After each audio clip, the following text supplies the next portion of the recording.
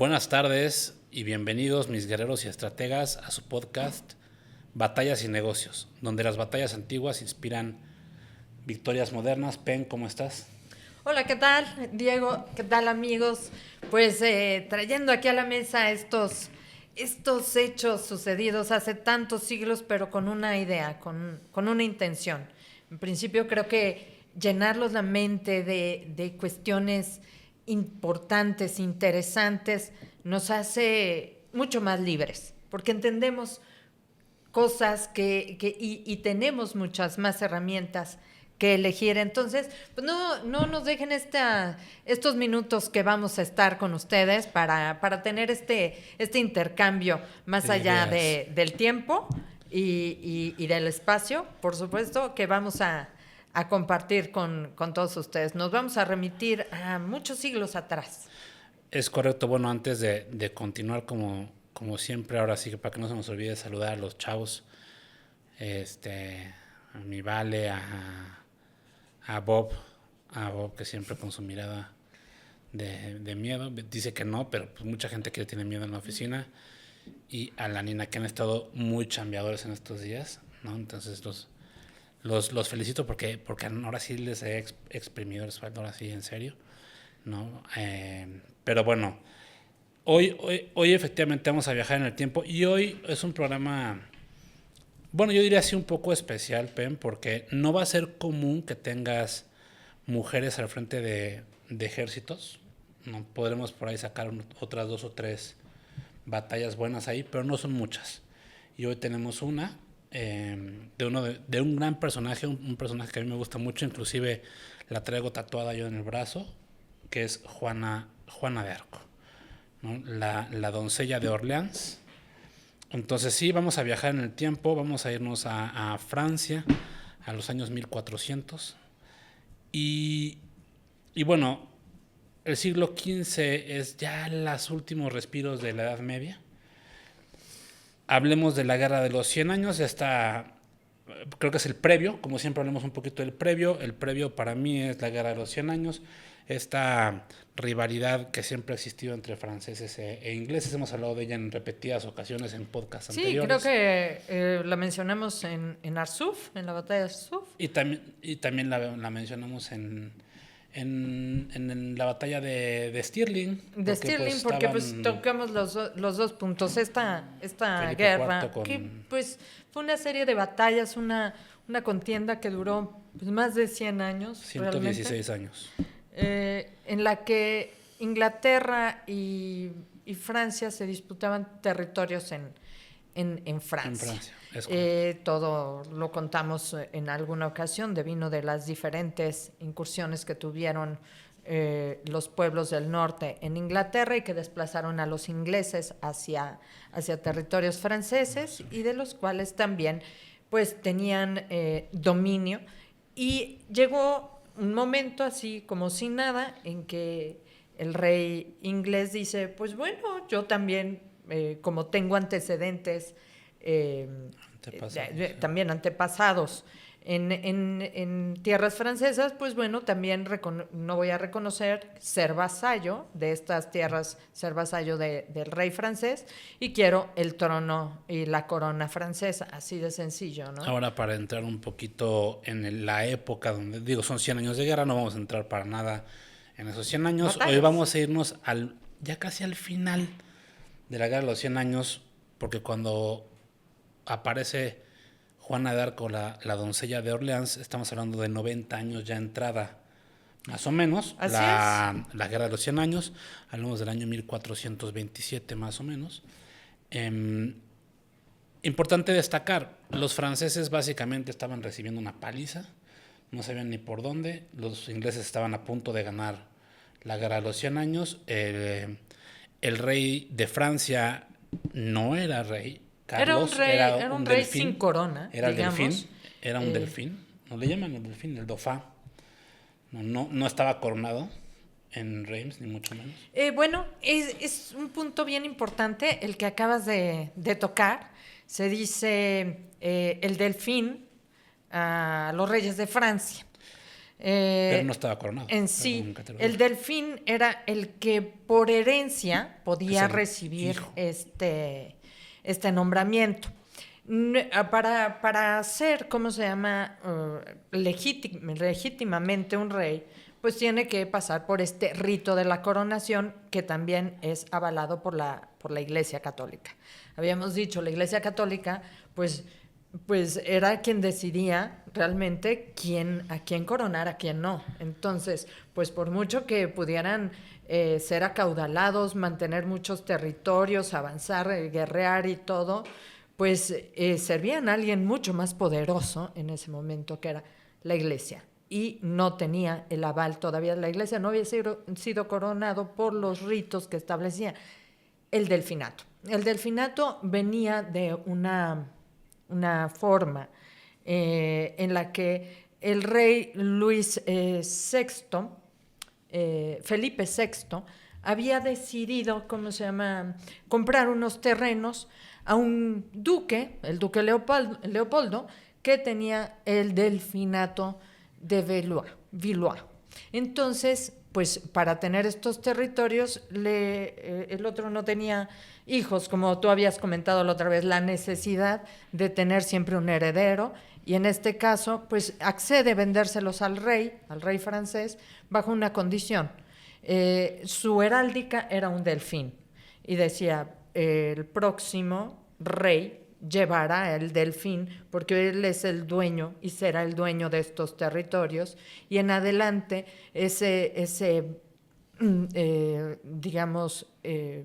función del delfín va a pasar de rey a rey en Francia durante 300 años. Así fue. Entonces, el delfín en ese momento, el que tenía o debería tener acceso al trono de Francia, era Carlos VII, pero pues estaba avasallado en ese momento. Y efectivamente, no era oficialmente, no lo habían coronado en Reims. Un mal momento, ¿no?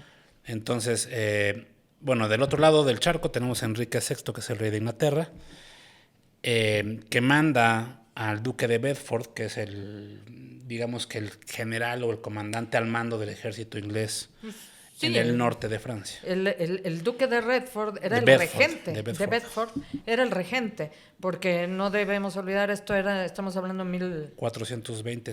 1428. El rey de Inglaterra había subido al trono en 1422 y tenía tan solo 9 meses. Entonces estamos hablando de que era un niño, y pues un niño no podía gobernar, y tenía al duque como regente, y él era el que mandaba. Entonces, el duque de Bedford es quien comanda el ejército inglés prácticamente todo en la época, ya al final de la Guerra de los 100 años, prácticamente todo el norte de Francia estaba ya tomado por los ingleses. Estamos hablando pues de la zona de Maine, de Anjou, de Picardie y de Champagne, ¿no?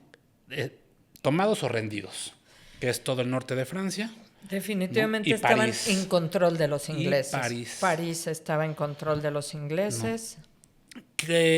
La batalla es una batalla un poco diferente a las que hemos tocado anteriormente, Pen, porque las batallas que hemos tocado anteriormente, han sido batallas que duran horas o un día, tal vez.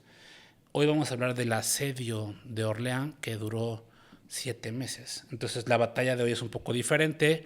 Bear with me. Va a ser un video tal vez un poquito más largo, porque hay que hablar un poquito más de todo lo que sucede, porque hay muchos puntos importantes de inflexión en estos 7 meses. Qué bien, ¿no? Interesante ese periodo de la época de Francia. Estamos en este punto, y el duque de... vamos a poner los bandos, porque es un poquito complicado. Tienes a los franceses, o vamos a llamarle... a los franceses, a los que eran todavía seguidores del delfín, porque había franceses del lado también de los ingleses. Dos bandos estaban divididos totalmente, digamos, los borgoñeses del lado de... pero los borgoñeses no son franceses. Los del borgoñeses lado de los, están abajo de ingleses. Los borgoñeses están comandados por el duque, es el bueno, ¿no? Juan el Bueno, sí, Juan IV, pero son borgoñeses. Hablemos de franceses, porque hay una Los diferencia. Armagnacs. No, hay una Los diferencia. Armagnacs. Y tienes todos los franceses del norte, pues no les quedó mucha opción. Todos los franceses que estaban en el norte, entre los cuales había un comandante muy importante, un par de hermanos muy importantes que estaban en la zona de Brittany. Con el constable Richmond y su hermano, pues ya habían doblado las manos. No tenían mucha opción realmente. O sea, ya te ganamos, ya te conquistamos, ya no tenemos opción. Quedaba libre el sur de Francia. ¿Qué es lo que planeaban hacer los ingleses? Lo siguiente era tomar el Valle de la Loire, que eran donde están todos los castillos. Quienes hayan visitado pues Francia, es un paseo turístico tanto muy tradicional como muy recomendable. No dar el paseo por el Valle de la Loire. Tienes el río, y son 4 o 5 fortificaciones muy importantes que están ahí en el Valle de la Loire. El siguiente trancazo es irte encima de los castillos de la Loire para de ahí armar la invasión hacia el sur y reventar todo Francia. Ahora, vamos a empezar por conectar con las empresas. Bueno, la semana pasada hablaba yo de los asedios y hablaba de las crisis en las compañías. Y yo te comentaba que, bueno, cualquier guerrero o estratega que haya vivido una crisis en su compañía, y mencioné, bueno, una crisis no es una mala semana. Una crisis son 6 meses, 8 meses, un año complicado en una compañía, que muchas compañías los han tenido. Yo recuerdo haber entrado a Cemex a trabajar. Yo entré a Cemex a trabajar, si no mal recuerdo, por el 2007, ¿no? Y el año que yo entré, Cemex compra Rinker, que Rinker era la cementera más grande de Australia. Pero el 90% de lo que Rinker producía era para los Estados Unidos. Al año siguiente, en el 2008, es la crisis inmobiliaria de los Estados Unidos y se para la construcción en Estados Unidos, haciendo que Rinker fuera la peor decisión de Cemex en el momento, porque empezaron a perder dinero a la bestia. Ya obviamente nadie se las quiso comprar, y me tocó una crisis tremenda en Cemex en mis primeros meses, en donde me tocó ver un recorte de personal de cerca del 25% de la plantilla, ¿no? Y un año o so de broncas, y eso es una crisis. Sí, creo que en definitiva no hay quien no cometa graves errores. Las crisis no las provoca el personal. Las crisis las provocan las decisiones, muchas veces que se toman a niveles medios o altos. Y esas crisis tienen que remediarse. Yo te diría que no. Quizá. Yo te diría que no. Yo te diría que hay muchísimas crisis que vienen de factores externos. Ah, claro, vienen de factores externos, y esas hay que paliarlas, ¿no? Digamos, vivimos en un país en donde llevamos, creo que toda la gente que conocemos, salvo los abuelos, en periodos de crisis. Viene una crisis, entonces... Con la generación que tenemos 40 y tantos. Y esas crisis nacimos provienen en crisis, vivimos en crisis y seguimos de en unas crisis. decisiones terribles. Ya pudimos haber salido en 40 años de esta enorme crisis, ¿no? De valores, de violencia, de corrupción. Y si no salimos, son, de hecho, malas decisiones que cada cierto tiempo se hace un recuento, ¿no? Y pues bueno, en realidad, cuando nos vamos a las compañías decimos, son como sociedades pequeñas, ¿no? Son como, digamos, que tienen todas las características de una sociedad grande, pero en pequeño. Tienen la forma en que se administra, la forma en que se gobierna, la forma en que se produce, y eso es bien interesante, porque al mismo tiempo pueden ser mucho más ágiles y flexibles. Las pymes, por supuesto, no tienes de otra más que ser muy ágil para brincar una crisis. Pero bueno, regresando al tema, es ¿dónde viene la conexión? La conexión del día de hoy, donde la quiero hacer, es justamente ahí. Una crisis son 6 meses, 8 meses, un año, como mencionaba yo en el podcast pasado, y el asedio de hoy dura 7 meses. Entonces hoy no es una batalla en donde en 2 espadazos tienes la decisión y la victoria. Normalmente las peleas o las batallas que hemos revisado en los podcasts pues vienen a través de un contexto y de más batallas anteriores, pero siempre hemos sido muy específicos en una Del batalla punto específica. de inflexión, ajá. Aquí no. Entonces aquí vamos a hablar de 7 meses en donde pasan muchísimas cosas del lado de los ingleses y de los franceses que te van llevando hacia 3 puntos suspensivos, ¿no? Entonces, vamos arrancando porque pues el duque de Bedford tiene este plan, ¿no? Este plan en donde él va a invadir el Valle de la Loire y necesita más tropas. Pero no contaba con la astucia de su hermano grande. Uh-huh. Su hermano grande es Humphrey, duque de Gloucester, que es el protector del reino, ¿sí? Humphrey, el duque de Gloucester, está casado con una mujer que probablemente tuviera acceso a reclamar los Países Bajos. Uh-huh. Entonces este cuate, en vez de reforzar a su hermano en la campaña francesa para terminar a los franceses, que los franceses honestamente, y ahí viene uno de los primeros puntos importantes, híjole, mi punto de vista es, si este cuate hubiera mandado tropas a los ingleses, para acabar con los franceses, los hubieran acabado, porque en ese momento todavía fue un par de años antes de que apareciera Juana de Arco, todavía uh-huh. en el mapa, ¿no? Así es. Entonces los franceses venían de derrota tras derrota tras derrota, sus mejores generales derrotados, y los franceses ya no sabían ni por dónde, una falta de liderazgo brutal, el Delfín no sabía ni por dónde, no era particularmente un cuate con un carisma muy importante, ni un buen guerrero tampoco, yo nunca he leído, si no es que ninguna de las crónicas de que él fuera al frente del campo de batalla, ni mucho menos. Entonces pues tienes este líder que no cuaja, ¿no? Los franceses luchan pues sin mucho propósito, que lo hemos revisado también en podcasts anteriores. ¿Cuál es tu propósito? No encuentran este propósito. Entonces, bueno, los franceses estaban listos para tomar y los ingleses desaprovechan la oportunidad, mi punto de vista. Sí, por ahí escuché una frase también al respecto de Séneca, ¿no? Dice, la suerte es la preparación y el momento adecuado. Tener la preparación y encontrar el momento adecuado.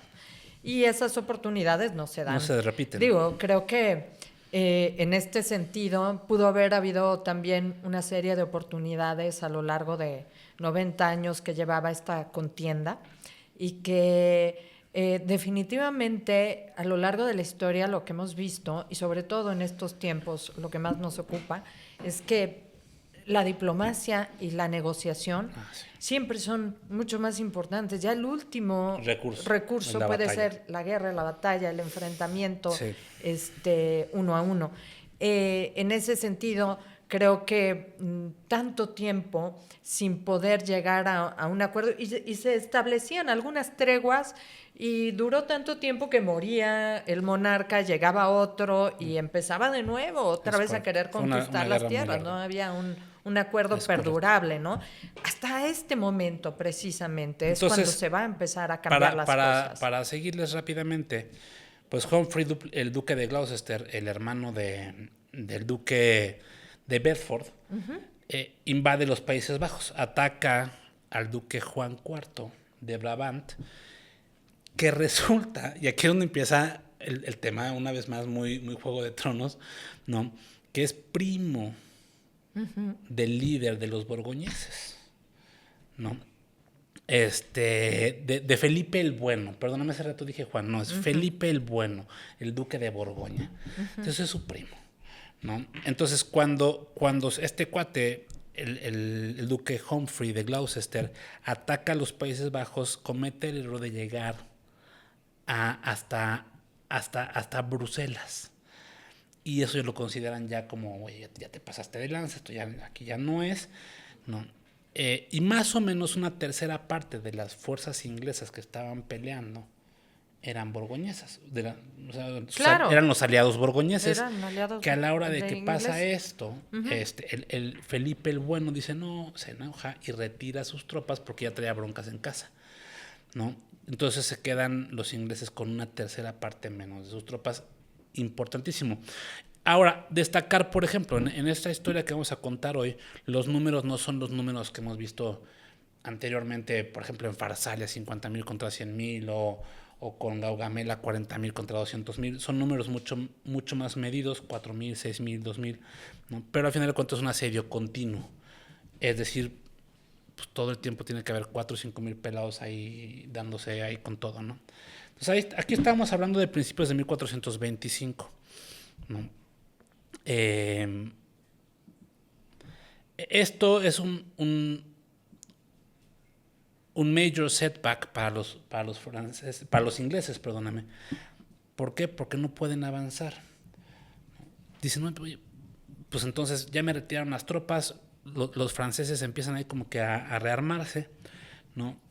Pasan 2 o 3 cosas más y de pronto, ¿no?, empieza a haber rumores de que en un pueblito en el este de Francia, en el pueblito de Domremy, pues había una doncella que decía que ella que hablaba con los ángeles y que no sé qué, y empiezas a hacer ruido aquello, y ahí viene empieza parte de por qué a mí Juana de Arco me gusta muchísimo, es porque está envuelta en un halo de leyenda padrísimo, ¿no? Entonces la historia de la espada la sabes tú muy bien, porque no la cuentas. Pues mira, creo que hubo diferentes, ¿cómo se llama?, cuestiones para que Juana de Arco fuera esta figura en la que se convirtió. En primer lugar, se habla de una chica de 17 años que empieza a escuchar voces desde hacía años, desde los 13, desde los 14 años, escuchaba voces. Hoy en día, pues no estamos acostumbrados a este tipo de cuestiones y las enfocamos hacia diferentes, pues quizá cuestiones médicas, enfermedades mentales. Creo que hemos dejado de lado la magia, hemos dejado de lado, no suceden milagros porque no creemos en los milagros.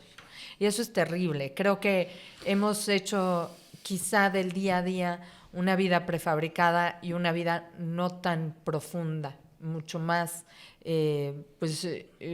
ligada a hechos que no sabemos explicar, pero que les buscamos una explicación por lo más torpe.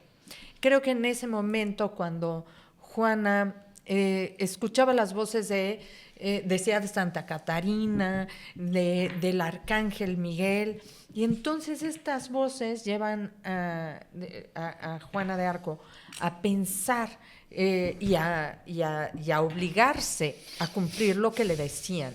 Porque pónganse ustedes en el lugar de una adolescente, ¿no?, de estos tiempos, no me voy a ir a los tiempos medievales, de estos tiempos, una voz de autoridad como un arcángel le pide que haga algo. ¿Alguien podría negarse? Digo, si nos sucediera en este momento, creo que sería imposible negarnos. Ay, fíjese que van a pensar, señor arcángel, que estoy loco. No, ya uno sabe, no tiene otro lugar. Creo que también a Mahoma le sucede, le habla el mismo arcángel Gabriel. Y pues él mismo teme y dice, mejor no me hables porque no tengo opción más que hacer lo que tú me pides.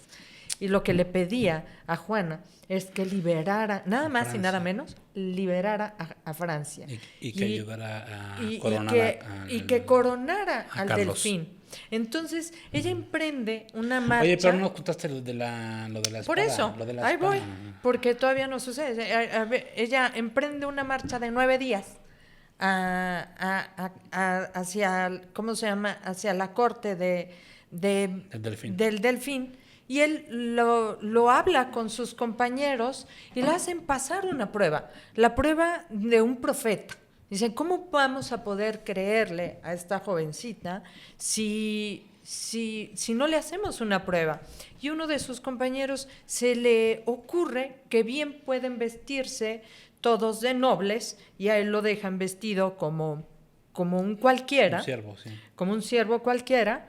Y le piden a Juana, cuando llega, que reconozca al Delfín. Y entonces hay varios vestidos muy noblemente y muy elegantemente, y ella se pasa por todos los que están allí en la corte y llegando hacia Carlos VII, se hinca y lo reconoce. Tengamos en cuenta que allí no había periódicos, no había imágenes, tele, no había retratos, claro. No había absolutamente nada para como que no hay una tele, como no hay chica, tele en mi casa ahorita porque la rompió mi hijo. Para que una chica en una comunidad alejada, en un pueblito, pudiera haber visto siquiera una sola vez al rey. Entonces llega y lo reconoce. Y eso lo hace pensar quizá a Carlos VII que hay algo de verdad. Y no solamente la cree, sino hay también una estrategia atrás. Cuando se enfrentan, y en ese momento son los Armagnacs que apoyaban a Carlos VII contra los borgoñeses, cuando acepta que puede ser algo de verdad lo que genera esta doncella. Pues era una doncella, una virgen, pues cumple los deseos de ella y la arma con su armadura, le da un estandarte con lo que ella solicitó que tuviera flor de lis y que tuviera la figura de Dios en las nubes y un lema que decía Jesús y María. Eso era lo que tenía el estandarte. Pero cuando intenta darle una espada el rey, que pues no era todavía coronado, pero era rey, cuando intenta también darle una espada, le dice que ella ya tenía una. Y entonces hace que vayan a buscar a una capilla, que es la capilla de Santa Catalina de Ferbois, y que busquen detrás del altar. Entonces van unos pajes, empiezan a buscar y desentierran, no a mucha profundidad, una espada herrumbrada y dice, esta es mi espada y el arcángel me ha dicho que esta es la que yo debo llevar. Y entonces le sacuden el herrumbre muy fácilmente y se la entregan. Esa es la espada que va a utilizar Juana, y también le ponen a alguien a que la pueda entrenar, que es Gilles de Rais. Ese personaje es para un programa solo. Pues yo pero bueno, ¿de quién era la espada? Porque esa es una parte importante. Pues ya ahora tú continúa con ello. Bueno, la espada era la espada de Carlomagno, ¿no? Que yo no me imagino que la hubiera podido sostener. No. Entonces era la espada de Carlomagno, uno de los fundadores de la porque Francia. Así de pero bueno, esa es la leyenda. Tamaño y por que eso podía te digo haber que me tenido. Tanto esta historia. Efectivamente, ahí aparece un personaje importantísimo. Hay varios personajes importantes. Los vamos a mencionar a través del video. No sé, Esponja, si me puedes poner otra vez, en vez de estar viendo, quién sabe qué estás viendo, ponme mi cronómetro. Porque estás viendo, pues yo no sé qué estás viendo, no quiero mencionarlo, porque tu padre seguramente ve estos videos y no quiero quemarte, ¿no? Entonces, bueno, Bob Esponja últimamente se siente mucho porque ya vive solo. No, se acaba de salir de su casa, se siente muy independiente, es un chavo pues de onda. Creo que está bien, ¿no? O sea, bueno, o sea, a los 35 años si estamos hablando de que no, perdón. Si estamos hablando, por ejemplo, de que Esteban de Hungría y ¿cómo se llama? Y Vlad Tepes de Rumania emprendieron a los 14 y 16 años una batalla contra los otomanos, creo que ya está muy viejo Bob Esponja, pero en estos tiempos es un chavito. No, en estos tiempos lo hemos un comentado, chavito, ¿no? pero creo que 20... ya tiene bastante edad como para poder pero se siente gobernar. mucho, anda muy sobrado estas semanas. Yo lo he visto de que no, ahorita llega la hora de la comida. Llega la hora de la comida. ¿Es muy serio? ¿Qué pasó, Bob? ¿A dónde vas? Voy a comer a mi casa. Claro, es maravilloso. No. Es súper ordenado este cuadro. Pero bueno, entonces, sí, efectivamente, ahí empieza o es parte de la leyenda de Juana de Arco. Varios personajes importantes que van a aparecer. Creo que uno de mis favoritos sin duda es Gilles de Rais, pero Gilles tiene un principio muy padre, un final muy oscuro y tenebroso, que es para otro programa. Definitivamente es un personaje que te gusta muchísimo. Creo que Gilles de Rais también estuvo marcado por su tiempo, marcado por su época, y marcado también por Juana, ¿no? Porque Juana también era una historia luminosa, era una historia de la salvación de Francia que en este sentido, ante una guerra que ya llevaba 90 años, ante un asedio, ante un asedio que llevaba 7 meses, que en realidad los ingleses habían mandado pues gente y abastecimientos para 3 meses y se quedaron mucho más tiempo allí. Estamos hablando, creo, en mayo. Habían pasado incluso el invierno allí. 7 meses asediando la ciudad de Orleans. La ciudad de Orleans. Ok, entonces nos quedamos en Gilles de Rais. Gilles de Rais, efectivamente, un personaje muy, muy fregón para estudiar. Un personaje oscuro y que tiene sus cosas ahí medio macabras, ¿no? Pero bueno, Gilles de Rais es un personaje importantísimo para Juana de Arco. Varios comandantes que ayudan a Juana en el camino. Pero bueno, a ver, regresemos a Juana de Arco. Apenas pues está ahí con el Dauphin, encuentra la espada, ¿no? Y bueno, regresemos a los ingleses, ¿no? Entonces, los ingleses, una vez que el duque de Bedford pide refuerzos, su hermano no le manda, el hermano está acá queriendo invadir los Países Bajos, ¿no? Pero bueno, sí llegan refuerzos ingleses. En julio de 1427, Thomas Montagu llega con refuerzos a París. Tomemos esto en cuenta, que esto es importantísimo. París estaba tomado por los ingleses, ¿no? Como les decía yo hace rato, los franceses estaban ya prácticamente en la orilla de ser derrotados, ¿no? Llega también el conde de Salisbury y bueno, más bien, Thomas Montagu es el conde de Salisbury y bueno, se encuentra con Bedford en París y empiezan a discutir ahí los planes de cómo van a tomar el Valle de la Loire, ¿no? Bedford dice que tienen que atacar a Saint-Angers y Salisbury le dice no, tomemos Orleans. Y ahí es donde empieza la marcha. Bueno, Bedford acaba por decir, ¿sabes qué? Si tú quieres atacar Orleans, ataquemos Orleans, ¿no? Y bueno, arranca la marcha y empieza el asedio de Orleans. Claro, estamos hablando de un asedio largo, que creo que sería muy aburrido, pero es real. Imagínense, hay muchas cosas alrededor.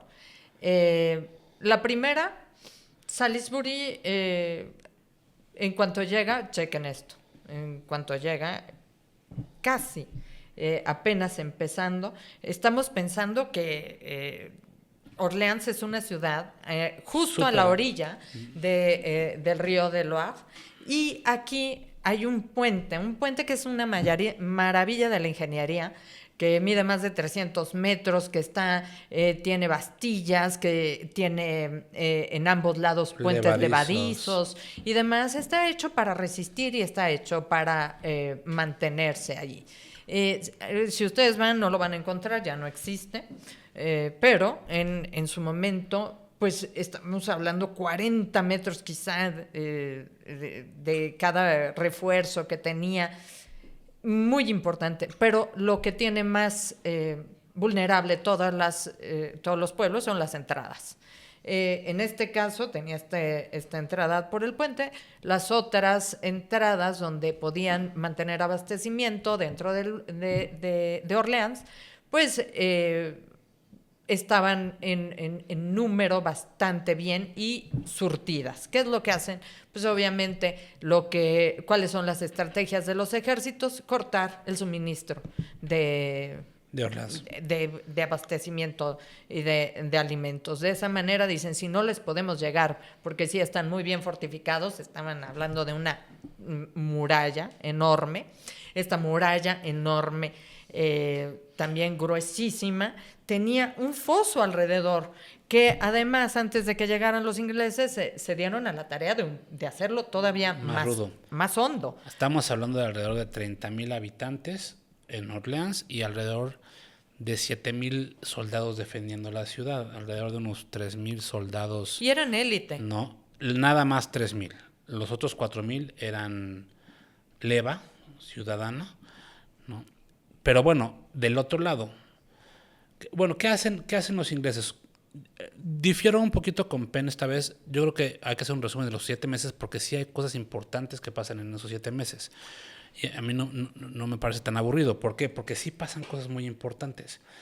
Y ves un poquito la desesperación también de los franceses de que las cosas no les salen. ¿Me explico? O sea, para octubre de 1428 la ciudad está totalmente rodeada.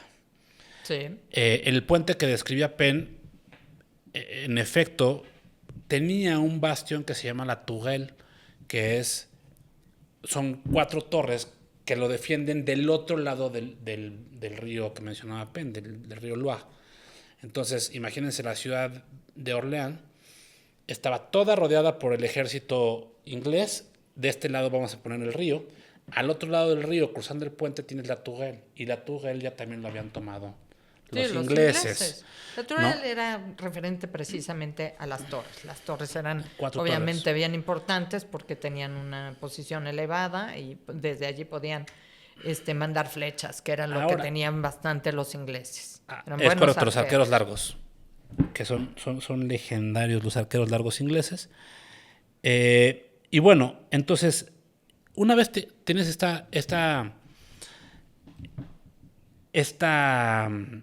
asedio ya montado, hay varios intentos de los franceses por apoyar a Orleans. El rey manda un ejército de aproximadamente 4,000 hombres con Carlos de Borbón, el duque de Clermont, al frente, ¿no? Este ejército empieza a marchar hacia Orleans, pero se enteran de que de París viene también, pues también los ingleses necesitaban provisiones, porque pues como tú decías, el asedio estaba montado para 3 o para 4 meses, ya llevaban más tiempo, entonces pues necesitaban provisiones. Venía caminando desde París o venía marchando desde París un personaje que es bastante importante desde mi punto de vista, que es John Fastolf. John Fastolf es un comandante inglés que es el encargado de llevar las provisiones de París a Orleans. Viene marchando por el ¿no? Con alrededor de 1,600 soldados y provisiones. Uh-huh. ¿Qué pasa? Pues aquí el duque Carlos de Borbón dice, pues yo lo voy a interceptar, ¿verdad? Así es. Y lo voy a reventar porque yo traigo 4,000 soldados. Este pelado venía pues obviamente con tanto resguardo. No con tanto resguardo, ni mucho menos. No. Y santo revés que se llevan los franceses, ¿no? Porque pues John Fastolf resulta ser un buen comandante. El duque de Clermont empieza muy bien la batalla, muy ordenada a sus tropas. Y para no hacer el resumen, porque no es el resumen de la batalla de Herduc, pues los franceses reciben un revés que no esperaban. Y un ejército de 4,000 franceses es derrotado por 1,600 ingleses. ¿Qué es lo que hace, en resumen, John Fastolf, que es bastante inteligente desde mi punto de vista? A la hora de que ve que vienen los franceses, dice, pues son 2 veces o 3 veces más que nosotros. Con las carretas de provisiones que traía, forma un cerco. ¿Y qué tenían los ingleses? Lo mencionaba apenas hace ratito, arqueros. Y adentro de ese cerco, pues ahí empiezan con las flechas a tumbarlos. Las tropas del duque Carlos de Borbón pierden el orden, rompen filas, que hemos dicho muchas veces, cuando eso pasa, pues bueno. No, entonces son derrotados los franceses. Y el ejército que tenía que llegar a apoyar a Orleans nunca llega. Que era la idea, que llegaran los abastecimientos. Se dice que durante esos 7 meses, pues llegó el tiempo en que incluso los franceses salían hasta como Pedro por su casa y hasta llegaron a hacer algunos torneos allá afuera. El hecho es que, miren, todas las guerras, desde la antigüedad hasta nuestros días, revolucionan la tecnología. Siempre hay un avance tecnológico en cuanto a cómo poder pues ser mucho más certero y mucho más letal. En este caso, la Guerra de los 100 años había revolucionado bastante el uso de la pólvora negra, sí, y el uso de los arcabuces. Esto fue una revelación tremenda, que habían sido bastante, digamos, experimentados por los franceses. Y en ese sentido, pues crearon dos cosas. En principio, esos cañones, sí. que dicen que eran mucho más riesgosos para quienes los disparaban que para que llegara la bala, pero eran de largo, toda la razón. De y largo déjame decirte, alcance. la batalla de Gerdú, que es la batalla que acabo de mencionar, pudo haber sido histórica porque pudo haber sido la primera batalla en donde los cañones fueran el factor definitorio y no lo fue. Vamos a ver otras donde son el factor definitorio, pero más adelante. Oye, por cierto, quería yo mencionar, Pen, yo sé que prometimos por ahí a uno de nuestros followers, a Jonchofo, una batalla de México y prometimos que íbamos a hacer esta semana, pero platicamos Penélope y yo y se nos ocurrió una mejor idea. Viene en un par de semanas, si no es que la próxima semana ya, septiembre. Y pues septiembre es el mes de la patria, ¿no? El mes de México. Y en lugar de hacer una sola batalla, decidimos Penélope y yo hacer un mes en donde hablemos de 4 batallas mexicanas. Ya les diremos cuál. Ella quiere hacer La Noche Triste, me encanta, y yo quiero hacer la toma de Zacatecas. Y ya veremos ¿Cómo no voy a querer hacer la toma de Zacatecas? ¿No? Esa se ganó gracias a mi familia, va a ser todo un gusto, me la sé de memoria. Bueno, está bien. La Brigada Novoa, la Brigada Novoa, por supuesto, sí. Vamos a verla. Pero bueno, entonces ya decidimos mejor hacer eso para atacar mejor el tema de 4 batallas en México. Ya veremos qué otras 2 agregamos. No, pero no crean que se nos olvidó. Más bien platicamos que era mejor dejarlo algo bonito como el mes patrio y hacer 4 batallas que tuvieran que ver con México. Otra que me gustaría hacer, que es una batalla muy fregona y que le da su nombre a Puebla de Los Ángeles, es la batalla de Puebla. Híjole, ya lo podremos pero es una gran batalla. Bueno, entonces, lo veremos en su momento. En el caso aquí donde estábamos, vamos a regresarnos al tema, estaba yo diciendo del avance tecnológico que tienen todas las guerras. Uh-huh. En el caso con los cañones, y crean esto que es el antecedente del fusil, que es el arcabuz. Y el arcabuz pues también eran pequeñas, ¿cómo se llama? Pellets redondos de piedra que se utilizaban con la pólvora negra y servían como eso, ¿no? Lanzaban estas piedras a una distancia que podía atravesar a un hombre con todo y su armadura. Creo que eso fue una relevancia enorme para sus tiempos y que fue un avance totalmente del lado de los Armagnacs. Entonces, ahí vemos que muy iniciando este asedio y que ya estaba Salisbury al frente, pues... Hay que tomar en cuenta que el conde de Salisbury era un factor muy importante para los ingleses. Claro, pues era un cuate muy bueno, directamente muy creativo, uh-huh. Un muy buen comandante, ¿no? Y bueno, como siempre hemos dicho, para la suerte está del lado de los valientes, y entonces en algún punto, estamos ya en el año de 1429, ¿no? Empieza la vuelta para los franceses.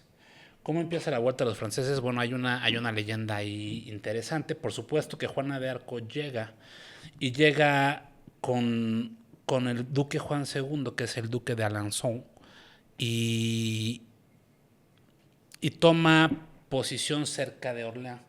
Sí, un poquito antes de eso era lo que quería hacer mención. Perdón, ese duque muere y muere muy rápido. ¿Quién? Salisbury. Pero espérate, porque te voy a decir cómo muere. Bueno, sí. Échale, porque ahí viene la leyenda. Bueno, es una leyenda, porque es leyenda de cómo muere Salisbury, porque no se sabe si fue un niño.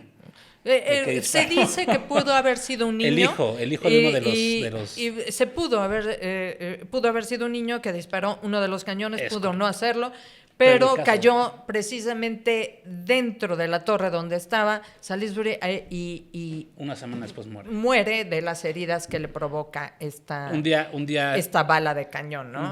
Creo que la tecnología en ese sentido resalta su importancia de lo que habían logrado en ese momento los franceses. Pero fue un golpe de suerte, porque realmente si lo analizas, pues un día Salisbury sube a la torre, como dice Penn, a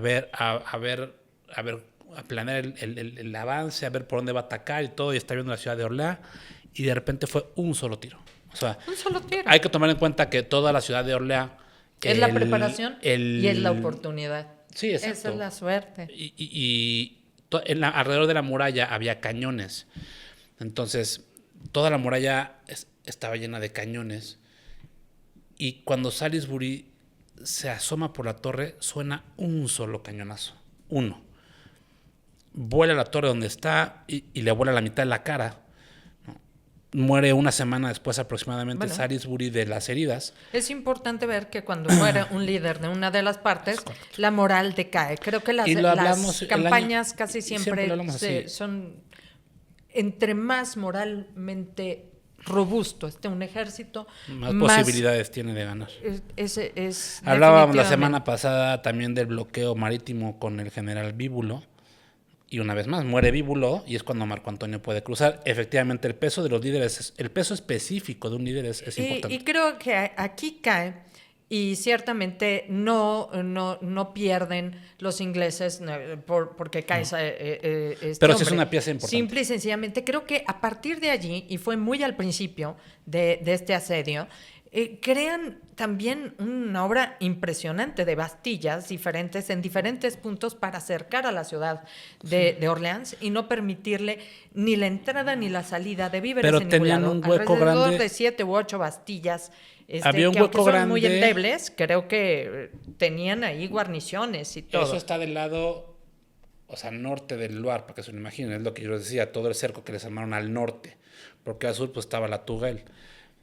Ahora. No, y también ahí es donde se dan los sitios de los agustinos y todo. Pero no, eso es en el sur. Ajá, al sur. Los agustinos es en el sur. Sí, por eso te digo, es donde se dan eso. Entonces, les bloquean todas las salidas por el río, por la tierra, les bloquean absolutamente todo, aún ya muerto. Ahora, Salisbury. Y entonces sí está cuando Juana llega y toma Juana con el duque de Alençon. Una visión completamente diferente de cómo abordar. Ok, entonces Juana de Arco llega en abril de 1429 con el duque de Alençon y logran de alguna manera mandar provisiones por el Loire. Lo cual anima muchísimo a la ciudad porque ya estaban muriéndose de hambre la gente, ya estaba ahí la moral bastante baja. Llegan las provisiones y en mayo del mismo año entra Juana de Arco a la ciudad de Orleans, aún sitiada, pero el momento emocional de las tropas, de la gente que estaba adentro, la moral de la gente que estaba adentro y de las tropas que quedaban adentro defendiendo Orleans, hagan de cuenta que fue como si hubiera llegado el mismísimo arcángel a salvarlos. Y es que es cierto, en sí, esa pues revivificación que tiene todo el pueblo de Orleans, y ante un hecho milagroso como el que podía ser Juana al frente y respaldada por el Delfín, que la mandó con tropas, que la mandó armada, que la mandó con gente y que además creía en ella, lo que mandó fue una señal. Y esa señal va más allá de cómo puede alguien amedrentar un ejército con muchos caballeros. La mandó a ella como una cruzada. Y esa cruzada los animó mucho más a todos porque ya el objetivo era mucho más amplio, mucho más alto y no solamente estaba respaldado por un rey. Por Dios. Según Juana estaba respaldado por Dios. Sí. Y ante eso todos estaban mucho más interesados en ello. Los demás tenían, mercenarios. Los mercenarios están por dinero. Los mercenarios están por mientras se puede y si no desertan. Pero tener un objetivo, que era como la libertad con Wallace, tener un objetivo. Tener propósito. Más que objetivo, yo te diría propósito y lo hemos platicado. Propósito es diferente. Y creo que tener un respaldo como los otros creían y realmente tener a Dios de tu lado, pues ya ¿qué más se puede hacer? Yo te diría como decía el arcángel. Yo te diría que ¿quién como Dios? Objetivo también tenían los ingleses, ¿no? Pues conquista Orleans. Sí, hay de objetivos. Propósito. La palabra para mí es propósito, que lo hemos dicho, pues el propósito de los escoceses era la libertad, ¿no? Es muy fuerte cuando luchas por eso. El propósito de los franceses era pues es que Dios no lo dio, Y güey. liberarse O sea, liberar a del Francia. yugo inglés que tenían allí. ¿No? Entonces, miento, mencioné hace ratito mayo, fallé por unos días, pero abril 30, el Día del Niño, es cuando entra Juana de Arco a Orleans. Un poco después, en mayo, entra el Duque de Alençon con más provisiones, ¿no? Y hay otro personaje importante que es el bastardo de Orleans, que es Jean Dunois, que Jean Dunois es otro comandante muy importante en la batalla que es el cierre del asedio de Orleans. Bueno, pues una vez que están adentro, pues no ha acabado el relajo. Todavía hay que ganar la batalla, todavía están rodeados por los ingleses y ahora hay que ganar pues la batalla, ¿no? Pero ya con Juana de Arco ahí, pues efectivamente, pues se tardan unos días en darle la vuelta. Sin ¿no? embargo, se atraviesa el 5 de mayo. El 5 de mayo es el día de la Asunción de la Virgen. Ella no va a guerrear el día de la Asunción de la Virgen, ni tampoco en domingo. Y sin embargo, esos 9 días en los que está ella son totalmente el cambio total para Francia. Oye, y déjame decirte... Es herida en batalla. Pero es déjame... herida. bueno, espérame, ¿no? Porque voy para allá. Algo importantísimo que cambia Juana de Arco en el ejército francés. El ejército francés pues, estaba lleno de cuates muy rudos, como todos los ejércitos. Había comandantes como uno muy famoso que a mí me gusta mucho, que es Leire o Lehy, que era un cuate que decían que 1.90 y que era una bestia y lo que tú gustes y mandes, tipos rudísimos. Bueno, Juana de Arco llega y le dice a todos, bueno, en este ejército ni se puede saquear, ni se puede violar mujeres, ni se puede decir groserías, y empieza a ponerlos como niños de primera a todos, y todos le obedecen. O sea, es impresionante el cambio que hace esta mujer en un ejército niña. que es una niña, ¿no? De disciplina que les mete a estos cuates y de que pues Dios nos está viendo, somos el ejército de Dios, ¿no? Entonces, déjenme ir con la parte final que para llegar a lo que estaba diciendo Pen de que fue herida y cómo es herida Juana de Arco, ¿no? ¿Por qué? Porque el último pedazo vale la pena a lo mejor desmenuzarlo un poquito, ¿no? Sí, creo que... O sea, rodeados estaban los franceses con las bastillas que habían construido en el norte, en el sur la Tourelle, y también tenías dos fortificaciones, una era la de San Agustín, ¿verdad? Y que esa fue la batalla más sangrienta que se echaron para liberar Orleans. Dicen que fue la batalla más sangrienta desde Agincourt, que es otra batalla que me gustaría hacer. Entonces, bueno, en la toma de San Agustín, que es un bastión que estaba, imagínense, estaba Orleans, estaba el Loire, abajito estaba la Tourelle y abajo de la Tourelle estaba el bastión de San Agustín. Sí, de las 10 bastillas que hicieron en cuestión de 4 meses. Esa fue una proeza para los ingleses hacerlos, ¿no? Y precisamente es la estrategia que tiene Juana. Vamos a ir primero a la más lejana y la vamos a liberar y la libera. Y cuando llegan a la otra, cuando llegan a la de los agustinos, precisamente los otros dijeron, no, señor, empiezan a huir hacia las otras bastillas para fortificarse, para tener mucho más ejército y para poder dar esa pelea. Y es cuando se da este momento. Así es. Entonces, en la toma de San Agustín, bueno, John Dunois y el Duque de Alençon son los dos, y Leire son los principales comandantes que apoyan a Juana de Arco en la toma, ¿no? Como les decía, híjole, hay una Saint-Laurent, una de las bastillas que habían construido al sureste de la Loire era Saint-Laurent. Entonces lo primero que hacen los franceses es empezar a marchar hacia Saint-Laurent. Lo que dice Penny sucede, las tropas ven venir, a lo mejor había 500 soldados ahí en Saint-Laurent, ven venir 4,000 franceses y dicen ahí nos vemos, se van a San Agustín, refuerzan San Agustín, entonces en San Agustín probablemente hubiera habido 1,500, 1,800 pelados, 4,000 franceses para tomarlo y a base de pura garra, escaleras, una batalla muy sangrienta como les mencionaba, Juana de Arco con 17 o 18 años, 17. ¿no? va al frente de las tropas, o sea, una vez más vuelves al mismo punto de ir al frente de las tropas, con poco más, la espada yo creo que nunca la usó, porque pues yo no sé si podía cargar la espada de Carlomagno, pero pues con poco más que su estandarte al frente, ¿no? Y recibe una flecha de una ballesta en el cuello, ¿no? Directo al cuello, ¿no? La retiran del campo de batalla, las tropas le cubren la retirada.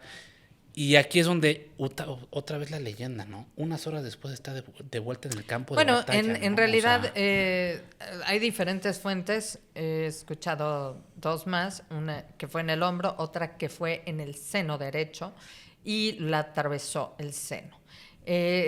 Juana no está herida de muerte, por lo cual creo que es más factible que le hubiera dado a lo mejor en el hombro o algo. Y le retiran la flecha. Mandándome al carajo con mis historias. Bueno, a mí no me gusta la actitud de Peno y lo voy a decir claramente. Me está llevando la contra en todo. Yo tengo mis versiones tengo, y yo tengo otra versión. Yo me voy a apoyar en mi expresidente. Yo tengo otros datos, gente. Ok. Dieron el cuello. Hay muchas está más fuentes. bonita mi versión porque es más mágica. Creo que... A ver, pero no importa si fuiste herida, yo te quiero ver con imagínense nada con más. un volte en el pecho, a ver si en 2 horas estás de vuelta. Ese es el punto. Creo que, imagínense, dice que la estaban curando con aceite y lonchas de cerdo, que era lo que se podía emplear en ese momento para mantener una herida y vendarla. Terrible. Ella se levanta con el ánimo, que era lo que la levantaba, y vuelve a la batalla. Y sí, hemos visto personas heridas, incluso en el coso de Taurino, y se levantan y siguen, y atravesados, ¿no?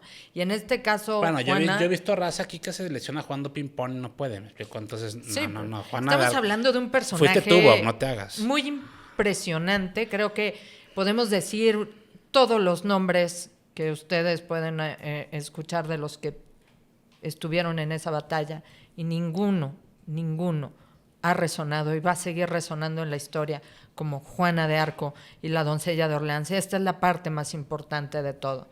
En 9 días sirió esa batalla y abrió la ciudad de Orleans y abrió la puerta para acabar con esa guerra que todavía siguió casi 20 años más. No, sí, o sea, 7. Sí, 7. Pero 7 años, no 20. Ya perdiendo completa y totalmente, ¿cómo se llama?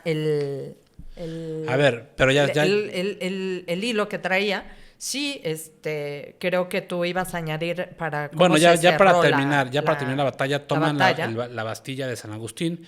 Lo que sigue es toman la Tourelle, ¿no? Y lo último de tropas que queda inglesas intentan huir por el puente se quema y se cae y se ahogan todos, ¿no? Entonces es un final trágico para los ingleses. Una vez que termina esto, pues obviamente la celebración en Orleans, las tropas que están del otro lado, que es el duque Talbot, del otro lado del norte de Orleans, intentan hacer un último pues esfuerzo, ¿verdad? Y se acercan con sus ejércitos, saben que no pueden tumbar las murallas porque no tienen armas de asedio, entonces dicen, oigan, pues como hombrecitos salgan a pelear, ¿no? Y aquí los esperamos y nos damos en la madre. Los franceses pues no caen. Raramente Jean Dunois, que era el bastardo de Orleans que se calentaba bastante, pues no se calienta. Yo creo que Juana de Arco hizo su chamba de, a ver, tranquilos, ya ganamos, ¿no? Y se acabó. Lo que siguió fue la retoma de París. Y no fueron 20 años más de guerra, fueron 7 años más de guerra, pero pues bueno, Juana de Arco termina una guerra que duró 116 años en 7 años. En 9 días, así lo acaba y ya lo demás son las, ¿cómo se llama? Las consecuencias de la guerra. De allí acompaña a Carlos VII a ser coronado en Reims. Es coronado en Reims y una parte de los borgoñeses lamentablemente apresa a Juana y la entrega, la vende a los ingleses. Los ingleses hacen un juicio y la condenan de hechicera, de bruja, como a tantas en ese momento y bajo esas circunstancias. y la queman en la hoguera. Yo conozco varias brujas que La queman en la hoguera. trabajan El aquí, final ¿no? es sumamente trágico, el final es terrible y Sí. creo que vale la pena que ustedes se acerquen a esa figura de Juana. 2 años después, el Vaticano abre esos expedientes y quita el juicio y la hace mártir. ¿Cuál fue? No hubo tampoco de parte de los Armagnacs, después de que armaran a Carlos VII rey, que lo pudieran coronar gracias a Juana, no hubo una embajada por parte de Francia para recuperar a Juana. Eso creo que queda para la vergüenza de la historia. Pero el alma de Francia descansa en estas figuras como Roldán, en estas figuras como Juana de Arco. 500 años después, por allá en 1920, Hacen fue Santa Benedicto, 16. pues 16 fue el que conocimos, fue 16, Benedicto sí, 15, 15. el que la hace Santa. Santa La- Juana de Arco. La canonizan. La canonizan, creo que no le hacen ningún favor. En este caso, creo que es gigantesca la figura de Juana y lo que puede llegar a mover la fuerza que brinda la creencia, la fe, la identidad, el cómo pudo haber unido todos bajo un mismo sentido y un mismo Oye, propósito. a mí me parece ¿no? algo impresionante, la verdad, la capacidad que tuvo una niña de 17 años de liderar uno de los ejércitos más rudos, porque de verdad cuando lees un poquito y vete a Gilles de Rais, a Leire, a Jean Dunois, o sea, eran comandantes muy rudos, muy cabrones. Creo que y comandantes de su tiempo los afiló. Eso me parece y impresionante. rudísimo. Y creo que este podcast puede ser la puerta, además, vicios, como la lectura, por ejemplo. Y estos vicios, pues yo les recomiendo muchísimo que hay 2 textos. Les recomiendo más el de Michel Tournier, que es sobre Gilles y Juana. Es algo pequeño, es algo corto, que ustedes muy bien documentado. Allí pueden ver también ese devenir de Gilles de Rais, que después de estar en este asedio con Juana, no puede equipararse a su bondad y empieza a tener una decadencia. Después a él se le acusa, era un noble, era un noble francés, se le acusa del asesinato de muchos niños, en los cuales se dice buscaba de alguna manera esa figura de Juana, a la que adoró. Y bueno, es condenado a la horca también. Ese es el final de Gilles de Rais. Lo pueden encontrar ahí, lo pueden encontrar en otros textos que pues son mucho más duros con Gilles de Rais. Y como les decía, hoy era un video un poquito más largo, un asedio es muy diferente y ahora intentemos hacer la conexión. Porque para mí sí era importante contarles un poquito todo lo que había pasado en el asedio. No, porque como decía al principio, puede ser un poco aburrido, pues sí, pero es importante, me explico. Cada punto que lleva a que llegue Juana de Arco en mayo, ¿no? Son 7 meses de aguantar metralla, son 7 meses de los franceses aguantando, defendiendo, quedándose sin provisiones, pero pues defendiendo la casa, defendiendo su ciudad. 100 años, ¿no?, de haber estado bajo esta contienda, asedio, defendiendo, ¿no?, y perdiendo, territorio y perdiendo territorio. perdiendo, ¿no? Y creo que sí, esta figura clave, esta figura emblemática, misteriosa y más que nada gigantesca, creo que de todo es un clímax muy importante y que merece. Pero a ver, pues, todo a la hora. Déjame entrar en el tema de las empresas. Entonces, una vez más, conectemos con las empresas. Esto para mí es el símil de una crisis. Uh-huh. Sí, una crisis no va a durar una semana. Para todos aquellos que tienen sus negocios, yo sé que algunos de los que nos ven van empezando sus negocios, otros dirigen negocios grandes. Pero bueno, y puede hablar uno hasta de una crisis, pues de la pareja, de lo que tú quieras. Una crisis no dura una semana. Una crisis son meses de batalla, son estrategias que tiene uno que mover, cosas que tiene uno que aguantar, ¿no? Y el tiempo es un factor importantísimo. El tiempo es largo, ¿no?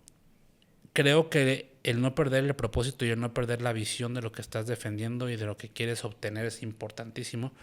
¿Por qué? Porque en la vida real, y sí, hoy hizo Penn mucho énfasis y coincido con ella en el tema de, pues, de esta figura milagrosa que se llama o se llamó Juana de Arco, pero no siempre va a aparecer una Juana de Arco, ¿no? No, yo creo que muchas sí, veces, sí importa, por ejemplo, muchas veces pues va a invertir depender. en los assets más importantes de tu empresa. Es correcto. Muchas Son los veces que va a te van a depender sacar. de tu gente, va a depender de ti, ¿no? O sea, es decir, en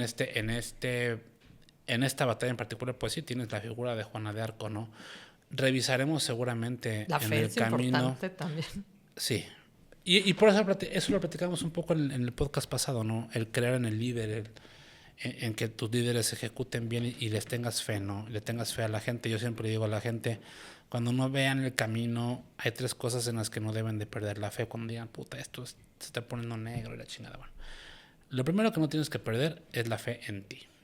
Y esto es lo que yo le había dicho. Lo segundo es, no pierdas la fe en la estrella de tu compañía, en la capacidad de tu compañía. Si tu compañía ya ha hecho cosas interesantes, las puede volver a hacer, ¿no? Y por último, no pierdas la fe en tus líderes, en tu jefe o en tus jefes, ¿no? Esas 3 cosas no se deben de perder. Y en un asedio eso se vuelve brutalmente importante. ¿Por qué? Porque hoy hablamos de John de Noailles, hablamos de Juana de Arco, hablamos de el duque de Alençon, ¿no? Pero atrás de ellos, como siempre lo digo, pues había 3 o 4 mil pelados luchando con todas sus fuerzas para defender a sus familias, y que seguramente nunca perdieron la fe, ¿no? Y probablemente les ha de haber llegado la noticia de que venía Juana de Arco en camino y había que aguantar más tiempo, ¿no? Entonces aguantar en esas condiciones pues es complicadísimo, ¿no? Y cuando creíste que venía el ejército del duque de Clermont a ayudarte, puta, y derrotado, cabrón. Y entonces se pone difícil y se va a poner difícil, pero nunca debes de perder la fe, ¿no? Entonces para mí hoy es un programa muy especial. Juana de Arco es un personaje que yo admiro muchísimo, que como les digo, lo traigo tatuado en el brazo. Va a ser raro que hablemos de mujeres en este podcast. ¿Por qué? Porque las batallas típicamente las comandaron hombres. Pero hoy es un programa muy especial. Para mí se termina en la fe, como dice Penn, la fe es importante. Se termina en, una vez más, el propósito y el mentalizarte en que los asedios no son cortos, son largos y no hay que rendirse. Pues ese fue nuestro episodio de hoy, espero lo hayan disfrutado. Mis queridos guerreros estrategas, no se olviden que subimos podcast todos los jueves. Síganos en las redes, buenas tardes, días o noches, lo que nos toque decirles, y nos vemos en la próxima batalla. Gracias, Diego. Gracias a ustedes.